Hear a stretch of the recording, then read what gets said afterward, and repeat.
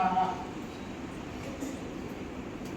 ಈ ಮೊನ್ನೆ 9ನೇ ವರ್ಷದಲ್ಲಿ 21 9ನೇ ವರ್ಷದಲ್ಲಿ ಆದರೆ ಐಗುಪ್ತಳಾದ ಅಗರಳಲ್ಲಿ ಅಬ್ರಾಮನಿಗೆ ಹುಟ್ಟಿದ ಮಗನು ನಗುವುದನ್ನು ಕಂಡು ಸಾರಳು ಏನಂತಾರಂತೆ ಅಬ್ರಾಮನಿಗೆ ಈ ದಾಸಿಯನ್ನು ಮತ್ತು ಅವಳ ಮಗನನ್ನು ಹೊರಗಡೆ ಹಾಕಬೇಕು ಅಂತ ಹೇಳ್ತಾರಂತೆ.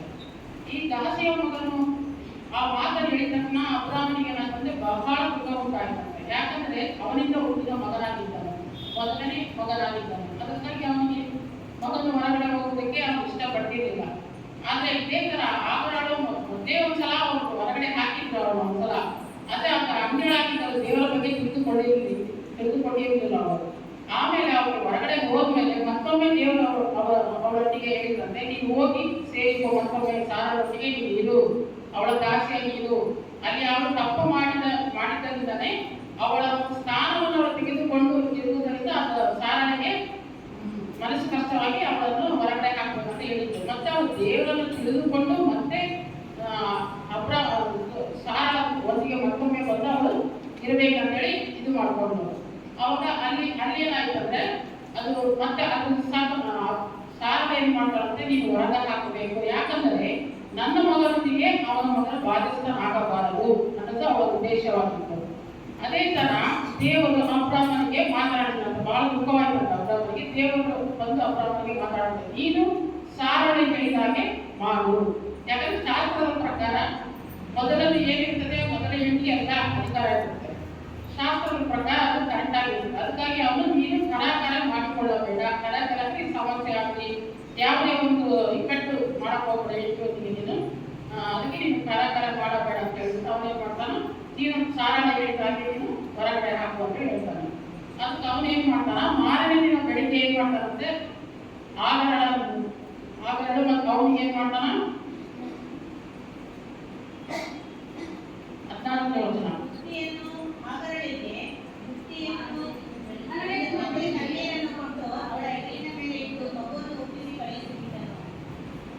ಮಾರನೆಯ ಬೆಳಿಗ್ಗೆ ಏನ್ ಮಾಡ್ತಾನಂತ ಅಬ್ರಾಮನು ಅವಳಿಗೆ ಬುತ್ತಿಯನ್ನು ಮತ್ತೆ ತಿತ್ತಿ ತಣ್ಣೀರನ್ನು ಕೊಟ್ಟು ಅವಳ ಹೆಲ್ಲಿನ ಮೇಲೆ ಇಟ್ಟು ಮಗುವನ್ನು ಒಪ್ಪಿಸಿ ಕಳಿಸ್ಬಿಡ್ತಾನಂತೆ. ಅವಳು ಹೊರಟು ಹೋಗಿ ವೇಷದ ಕಾಡಿನಲ್ಲಿ ಏನ್ ಮಾಡ್ತಾಳಂತೆ ಅಲ್ಲಾಡುತ್ತಿರ್ತಾಳಂತ. ಅವಳು ಅಲ್ಲಿ ಯಾರು ಗೊತ್ತಿಲ್ಲದಾಗೆ ಅಲ್ಲಾಡುತ್ತಿರ್ತಾಳ. ಅವಳು ಅಲ್ಲಿ ಏನಾಗ್ತದೆ, ತಿತ್ತಿಯಲ್ಲಿ ಇರುವ ನೀರು ಮುಗಿದೋಗ್ಬಿಡ್ತದಂತೆ. ಮುಗಿದೋಗ ತಕ್ಷಣ ಏನಾಗ್ತದೆ, ಮಗು ಹಸಿವೆಯಿಂದ ಬಹಳ ಅಳಪಡುತ್ತದಂತೆ. ಹೊಸರು ಅವ್ನು ಏನ್ ಮಾಡ್ಬೇಕಂತ ಅವಳು ದುಃಖ ತೋಚದೆ ಅವಳು ಏನ್ ಮಾಡ್ತಾಳಂತೆ, ದೂರದಲ್ಲಿ ಹೋಗಿ ಏನ್ ಮಾಡ್ತಾಳ, ದೂರದಲ್ಲಿ ಹೋಗ್ಬಿಟ್ಟು ಬಿಲ್ಲು ಎಸೆಯುವಷ್ಟು ದೂರ, ಅದೇ ಬಿಲ್ಲು ನಾವು ಬಿಟ್ಟಿರಂತ ಎಷ್ಟು ದೂರ ಹೋಗ್ತದೆ ಅಷ್ಟು ದೂರ ಹೋಗಿ ಮಗು ಎದುರಿಗಾಗಿ ಜೋರಾಗಿ ಅಳುತ್ತಾ ಅವಳು ದುಃಖದಿಂದ ಇರ್ತಾಳಂತೆ. ಯಾಕಂದ್ರೆ ಮಗು ಸಾಯುವುದನ್ನು ನಾವು ನೋಡಲಾರೆ ಅಂತ ದುಃಖದಿಂದ ಅವಳು ಇರ್ತಾಳಂತೆ. ಆ ಸಮಯದಲ್ಲಿ ಏನಾಗ್ತದೆ, ಅವಳ ಆಕಾಶದಿಂದ ಏನಾಗ್ತದಂತೆ, ದೇವರು ಆಕಾಶದಿಂದ ಅವಳಿಗೆ ಮಾತಾಡ್ತಾರಂತೆ.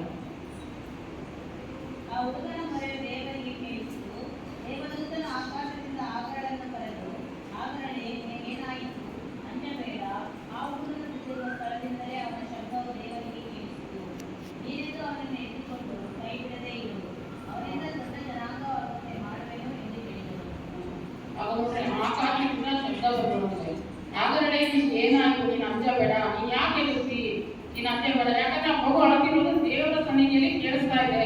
ಆ ಮಗು ಅಳೋ ಸ್ಥಳದಿಂದನೇ ದೇವರ ಇದರಲ್ಲಿ ಕೇಳಿಸ್ತಾ ಇದೆ. ನೀನು ಅಂಜಬೇಡ, ಆ ಮಗುವನ್ನು ಎತ್ತಿಕೊಂಡು ನೀನು ಧೈರ್ಯವಾಗಿ ನೀನು ಎದುರಬೇಡ. ಯಾಕಂದ್ರೆ ಆ ಮಗುವನ್ನು ದೇವರು ನೋಡ್ತಾ ಮಗು ಸಕಡೆ ಇದ್ದಾನೆ ಅನ್ನೋದು ಅರ್ಥ. ಅವರು ಧೈರ್ಯವಾಗಿ ನೀನು ಎತ್ತಿಕೊಂಡು ಮಗುವನ್ನು ಇದು ಮಾಡೋದು, ಅವನಿಂದ ಅವನ ಮುಖಾಂತರ ಏನ್ ಮಾಡ್ತಂತೆ, ದೊಡ್ಡ ಜನಾಂಗವಾಗಿ ಮಾಡ್ತೀನಿ ನಾನು ಅಂತೇಳಿ ವಾಗ್ದಾನ ಮಾಡ್ತಾರಂತೆ ದೇವರು. ಇದರಲ್ಲಿ ದೇವರು ಅವಳ ಕಂಡಗಳನ್ನು ತೆರೆದಿದ್ದರಿಂದ ಅವಳು ನೀರಿನ ಬಾವಿಯನ್ನು ಕಂಡು ತಿಂಡಿಯಲ್ಲಿ ನೀರನ್ನು ತುಂಬಿಕೊಂಡು ಹುಡುಗನಿಗೆ ಕುಡಿಸ್ತಾಳಂತೆ. ಅವಾಗ ಅವನ ಸಂಗಡ 20ನೇ ವಚನದಲ್ಲಿ ದೇವರು ಆ ಹುಡುಗನ ಸಂಗಡ ಇದ್ದನು, ಅವನು ಬೆಳೆದು ಕಾಡಿನಲ್ಲಿ ವಾಸವಾಗಿ ಇದ್ದು ಬಿಲ್ಲುಗಾರನಾದನು. ದೇವರ ಮಗನ ಸಂಗಡ ಇದ್ದಿದ್ದರಿಂದ ಅವನು ಒಳ್ಳೆ ರೀತಿಯಲ್ಲಿ ಬೆಳೆದ ಕಾಡಲ್ಲಿ ಅವನು ಬೆಳೆದು ಬಿಲ್ಲುಗಾರನಾಗಿ ಆದನಂತೆ. ಅದೇ ತರ ನೋಡಿ ಸಾಮ್ಯವೇಲ 1ನೇ ಸಾಮ್ಯವೇಲ 17:18.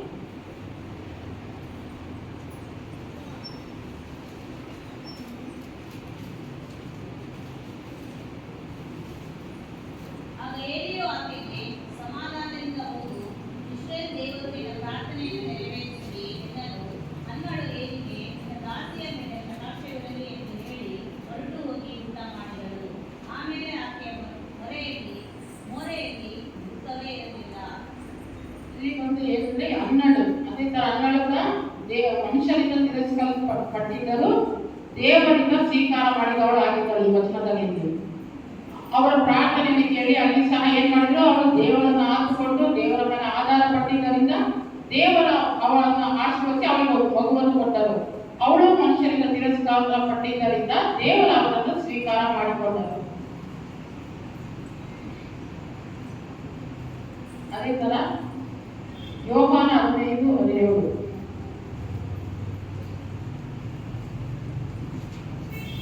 ಯೋಹಾನ 15:17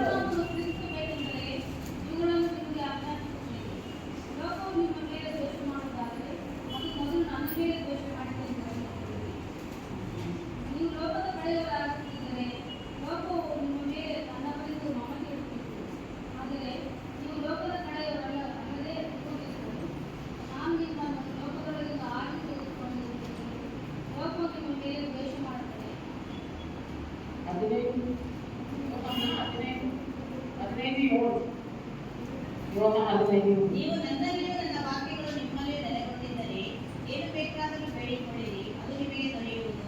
ನೀವು ಬಹಳ ಫಲ ಕೊಡುವುದರಿಂದಲೇ ನನ್ನ ತಂದೆಗೆ ಮಹಿಮೆ ಉಂಟಾಗುವುದು ಮತ್ತು ನನ್ನ ಶಿಷ್ಯರಾಗುವಿರಿ. ನಾವು ಏನ್ ಮಾಡ್ಬೇಕು, ನಾವು ದೇವರಲ್ಲಿ ನೆಲೆಗೊಂಡಿರ್ಬೇಕು. ಯಾವಾಗ ದೇವರ ಮೇಲೆ ಆಧಾರ ಆಗಿರಬೇಕು, ದೇವರ ಮೇಲೆ ನೆಲೆಗೊಂಡಿರ್ಬೇಕು. ಆಗ ದೇವರ ನಾವು ಯಾವಾಗಲೂ ಅರಿತುಕೊಳ್ತೀವೋ ಆವಾಗ ದೇವರು ನಮ್ಗೆ ಎಲ್ಲ ವಿಧದಲ್ಲಿ ಸಹಾಯ ಮಾಡುವವರಾಗಿದ್ದಾರೆ. ಆದಿಕಾಂಡ 21ರಲ್ಲಿ 18, 19, 20 ವಚನ.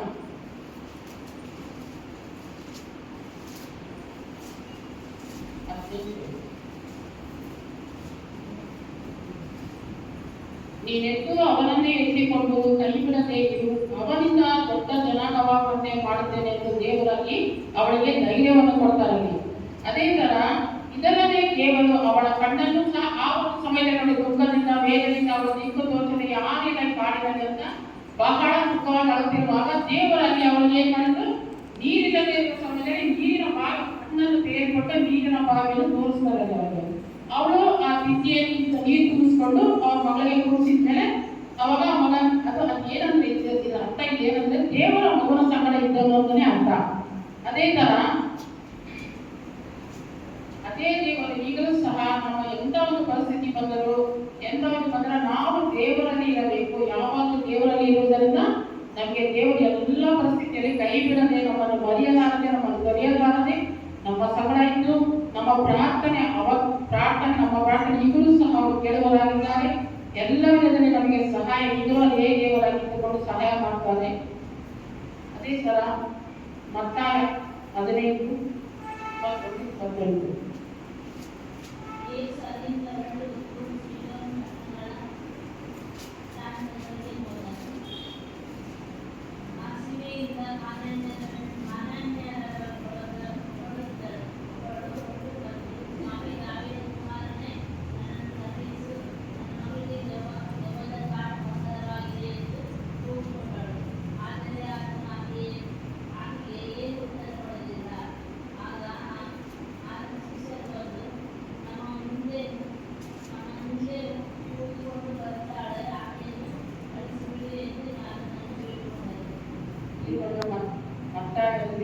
ಕಾಣ್ಯಾನ ಸ್ತ್ರೀಯಳು ಇದ್ದಳು. ಅವಳು ದೇವರನ್ನು ಅರಿತವಳಲ್ಲ. ಅವಳು ಸಹ ದಾವೀದ ಕುಮಾರನೇ, ಸ್ವಾಮಿ ದಾವೀದ ಕುಮಾರನೇ, ನನ್ನನ್ನು ಕರುಣಿಸು, ನನ್ನ ಮಗಳಿಗೆ ದೆವ್ವದ ಕಾಟ ಬಹಳವಾಗಿದೆ ಎಂದು ಬೇಡಿಕೊಳ್ತಾಳೆ. ಆದರೂ ದೇವರು ಯೇಸು ಕ್ರಿಸ್ತನು ಅವಳನ್ನು ನೋಡದೆ ಅವಳ ಅಂತ ಗಮನ ಕೊಡದೆ ಹೋಗ್ಬಿಡ್ತಾನೆ. ಆದರೆ ಆತನ ಶಿಷ್ಯರು ಏನ್ ಮಾಡ್ತಾರೆ, ದೇವರ ಶಿಷ್ಯರು ಏನ್ ಮಾಡ್ತಾರೆ, ನಿಮ್ಮ ಹಿಂದೆ ಅವಳು ಬರ್ತಾ ಇದ್ದಾಳೆ, ಹೋಗ್ತಾ ಇದ್ದಾಳೆ, ಆಕೆಯನ್ನು ಕಳಿಸಿಬಿಡಿ ಎಂದು ಆತನನ್ನು ಬೇಡಿಕೊಡುತ್ತಾರೆ. ಅದಕ್ಕೆ ಅವ್ರು ಏನ್ ಹೇಳ್ತಾರಂದ್ರೆ, ಅಲ್ಲಿ ಯೇಸು ಕ್ರಿಸ್ತರು ಏನ್ ಹೇಳ್ತಾರಂದ್ರೆ, ತಪ್ಪಿಸಿಕೊಂಡ ಕುರಿ ಮರಿಗಳಂತಿರುವ ಇಸ್ರಾಯೇಲಿನ ಮನೆತವರ ಬಳಿಗೆ ಹೊರತು ಅವರಿಗಾಗಿ ನಾನು ಬಂದಿದ್ದೀನಿ ಹೊರತು ಇನ್ಯಾರಿಗೆ ನಾನು ಬಡ್ದಿಲ್ಲ ಅಂತ ಹೇಳ್ತಾರ. ಅವರು ತಪ್ಪಿಸಿಕೊಂಡ ಮನುಷ್ಯರಿರ್ತಾರಲ್ಲ, ಅವರಿಗಾಗಿ ಲೋಕಕ್ಕೆ ನಾನು ಬಂದಿದ್ದೀನಿ. ಅವ್ರಿಗೆ ಅದಕ್ಕ ಮುಂದೆ ಆಮೇಲೆ ಏನಂತಾರ 25 ವಚನ,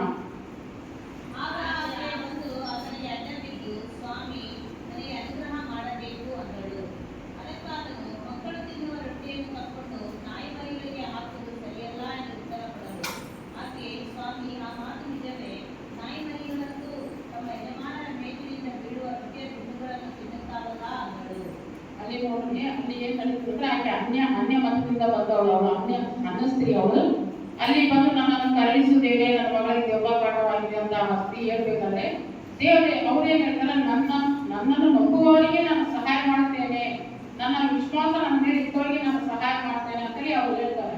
ಅದಕ್ಕೆ ಅವ್ರೇನ್ ಹೇಳ್ತಾರೆ, ಮೇಲಿನ ಕಡೆಗೆ ತಿನ್ನುವ ಮಕ್ಕಳು ತಿನ್ನುವ ರೊಟ್ಟಿಯನ್ನು ತೆಗೆದುಕೊಂಡು ನಾಯಿ ಮನೆಗೆ ಹಾಕುವುದು ಸರಿಯಲ್ಲ ಎಂದು ಉತ್ತರ ಕೊಡಲು, ಅದಕ್ಕೆ ಆಕೆ ಅಂತಾಳೆ, ಸ್ವಾಮಿ ಆ ಮಾತು ನಿಜವೇ, ನಾಯಿ ಮರಿಗಳಂತೂ ತಮ್ಮ ಯಜಮಾನರ ಮೇಲಿನ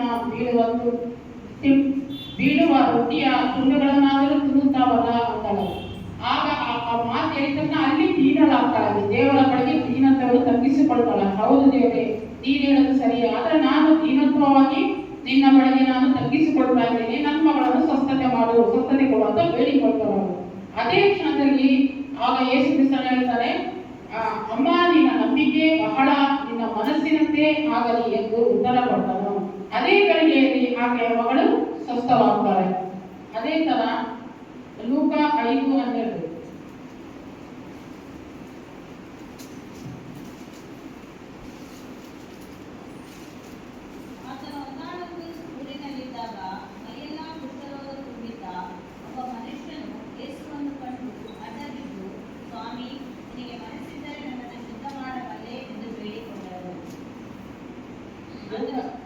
ಲೋಕದಲ್ಲಿ 5ನೇ ಅಧ್ಯಾಯ 12, 13, 14, 16 ಅವನನ್ನು ಮುಟ್ಟಿ ನನಗೆ ಮನಸ್ಸುಂಟು, ಶುದ್ಧನಾಗು ಅಂದನು. ಕೂಡಲೇ ಅವನ ಕುಷ್ಠವು ಹೋಯಿತು.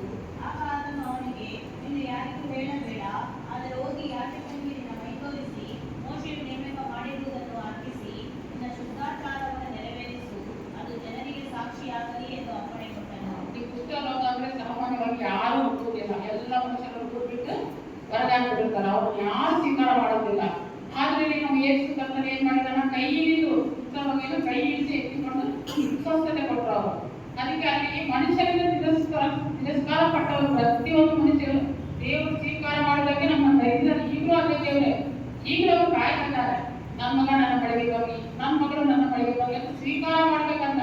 ಅವ್ರು ತಪ್ಪಿ ಹೋಗಿ ತೊಳೆದುತ್ತಿದ್ದರು, ಪಾಪದಲ್ಲಿದ್ದರು, ಬರ್ರಿ ನನ್ನ ಬಳಿಗೆ ಬರ್ರಿ ಅಂತ ದೇವರು ಕಾಯ್ತಾ ಇದ್ದಾರೆ. ಅದಕ್ಕಾಗಿ ದೇವರು ಯಾವತ್ತೂ ನಮ್ಮನ್ನು ತೊರೆಯುವುದಿಲ್ಲ, ಮರೆಯುವುದಿಲ್ಲ ಅಂತ. ಬರ್ರಿ, ನೀವು ನನ್ನ ಮುಂದೆ ಬರ್ರಿ, ನಿಮಗೆ ಎದೆ ಕಷ್ಟಪಡುವವರೇ ಹೊರಬರುವವರೇ ನೀವೆಲ್ಲ ನನಗೆ ಬಳಿಗೆ ಅನ್ನೋದು ಈ ವಚನ ಹಾಕಿದ್ದಾರೆ. ಎಲ್ಲರೂ ಬರ್ರಿ ನನ್ನ ಬಳಿಗೆ, ನಾನು ನಿಮ್ಮನ್ನು ವಿಶ್ರಾಂತಿ ಕೊಡ್ತೇನೆ, ನೀನು ನನ್ನ ಸಾತ್ವಿಕನು ಅಂತೇಳಿ ಹೇಳಿದ್ದಾರೆ ದೇವರು. ಇಲ್ಲಿ ಮನುಷ್ಯರಿಂದ ತಿರಸ್ಕಾರ ಪಟ್ಟವರು 2 ಸ್ತ್ರೀಗಳು ಮನುಷ್ಯರಿಂದ ತಿರಸ್ಕಾರ ಮಾಡಿದರು, ಆದರೆ ದೇವರವರಿಬ್ಬರನ್ನು ಸ್ವೀಕಾರ ಮಾಡಿಕೊಂಡರು. ಅದೇ ತರ ಈಗಲೂ ಅದೇ ದೇವರಾಗಿದ್ದಾರೆ. ನಾವು ಒಂದು ವೇಳೆ ಎದೇ ತಪ್ಪೋಗಿದ್ದರೆ ದೇವರ ವಿಷಯದಲ್ಲಿ, ಒಂದು ವೇಳೆ ಎಲ್ಲಾದ್ರೂ ಬಿದ್ದೋಗಿದ್ದರೆ ಅದೇ ನಾವು ಸರಿಪಡಿಸಿಕೊಳ್ಳಬೇಕು ನಮ್ಮ ಜೀವಿತಗಳಲ್ಲಿ. ದೇವರು ನಮ್ಮನ್ನು ಸದಾಕಾಲ ಸ್ವೀಕಾರ ಮಾಡೋದಕ್ಕೆ ಕಾಯ್ತಾನೆ ಇದ್ದಾರೆ ದೇವರು. ಅದಕ್ಕಾಗಿ ನಾವೇನ್ ಮಾಡಬೇಕು, ದೇವರ ಮೇಲೆ ಆಧಾರ ಹೊಂದಿಕೊಳ್ಳಬೇಕು. ಯಾವಾಗ ಎಂಥ ಪರಿಸ್ಥಿತಿ ಬರಲಿ ದೇವರ ಮೇಲೆ ಆಧಾರ ಹೊಂದಿಕೊಂಡರೆ ದೇವರು ನಮ್ಮನ್ನು ಯಾವತ್ತೂ ಕೈ ಬಿಡದೆ ಸ್ವೀಕಾರ ಮಾಡುವ ದೇವರಾಗಿದ್ದಾರೆ. ದೇವರ ವಾಕ್ಯ ಭಾಗವನ್ನು ಆಶೀರ್ವದಿಸುತ್ತಾರೆ.